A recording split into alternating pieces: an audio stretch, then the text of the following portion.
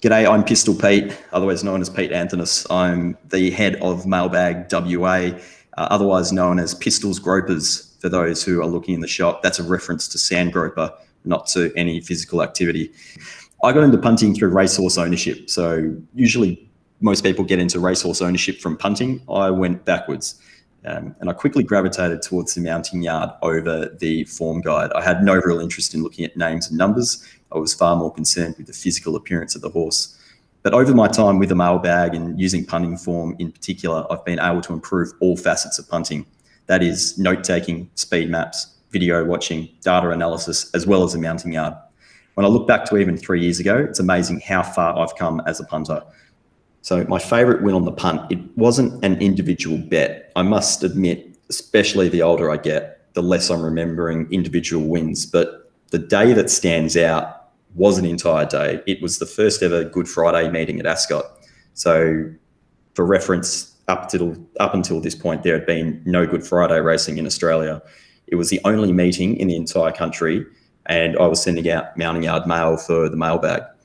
I don't think I've ever seen them better pre-race in terms of watching the horses parade, but then also just in terms of our general analysis. So I ended up backing a $41 winner, a $21 winner, laid a $1.50 favourite and had a really decent crack at a $6.50 winner in the same race, and then topped it off with a $61 winner in the last race, knocking off a $2 favourite with William Pike on board. And I actually managed to grab some 100 to 1 on that runner. So it was almost a perfect day in terms of punting. If I was a racehorse, I would probably be Nature Strip. For those who have followed my mail for a while now, you'll know that typically speaking, my ability to back and collect on favourites is below expectations, a bit like Nature Strip. When he's a $2 to $3 favourite or even odds on, he tends to underperform. But if he's the underdog in the race, or if he's at odds, or he's in the biggest high-profile grand final there is, there's no one better in the world. Okay, so the mailbag packs I work across, the individual product known as the Gropers, you'll get Saturday race-by-race coverage with the rest of the week tailored to basically picking out the eyes of the WA meetings across the week. It can be hard with no minimum bet laws in WA, so the focus tends to be on betting late when everyone can get on. When I'm in WA, this will also include race-by-race mounting yard mail whenever I'm on course, which I still find to be the greatest and most enjoyable challenge for myself.